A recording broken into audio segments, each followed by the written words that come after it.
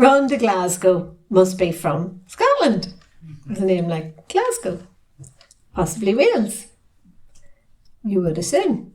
She certainly had plenty of confused looks from flight attendants checking, oh, that must be class. Flight attendants checking she's on the, so they're looking at her ticket and it says Glasgow. Is that what happens? Yeah.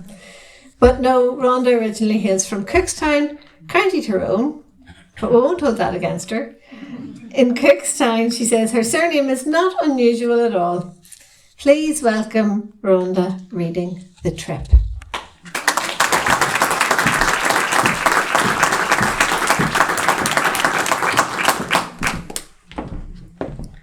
Thank you.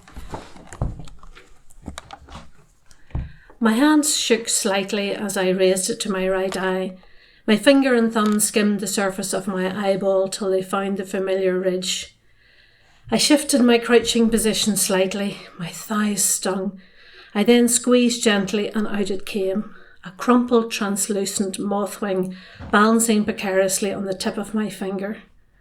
Fearful of the wind, I carefully scraped my finger over the edge of the case and into the little pool of liquid.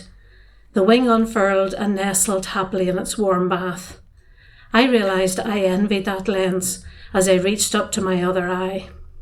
This trip was a mistake. I knew that now. I wasn't a walker. I could walk and did walk, but not as a pastime. I was an indoor girl at heart, but I was also a people pleaser. I particularly wanted to please Dave. It seemed I had swiped right and found a funny, genuine and caring bloke.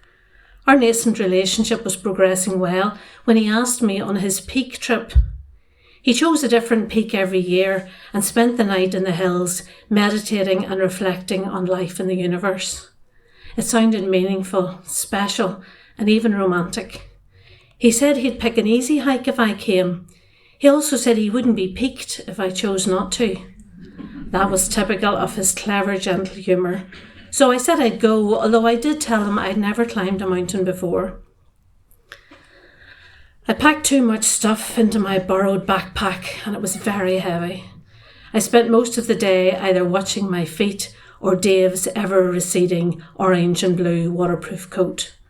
Or should I say, his Gore-Tex hooded shell jacket, which, quote, delivered next-level wind and waterproof protection, and which he said was well worth the £400 price tag. I mused on the fact that would buy the Coach Tabby shoulder bag with 2 detachable straps I had seen online, or even an overnight stay in a luxury spa hotel.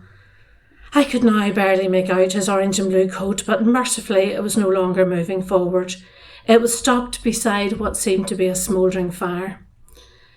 When I eventually caught up, I felt like I hadn't blinked for the last hour.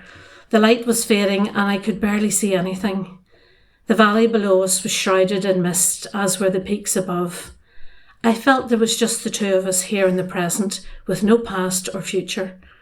I could have made a joke about the present tense as I approached the orange ball which was our lodging, but I didn't feel like making a joke. The mist was rising from the valley and I had an irrational fear it would swallow me up. I set my backpack at the door of the tent and located my contact lens case in one of the many pockets. I crouched down with my back to the wind. "You'll need your glasses," Dave said, towering above me. My hand shook slightly as I tightened the lid on my lens case. "Yes," I said, reaching forward. "I can't see a thing." "Maybe you're just not looking properly," he answered. I couldn't see the expression on his face, and his voice sounded different. It had a harsh, almost rasping quality. "This trip is a mistake. This trip is a mistake." The phrase circled through my thoughts like a recorded message. I couldn't switch it off.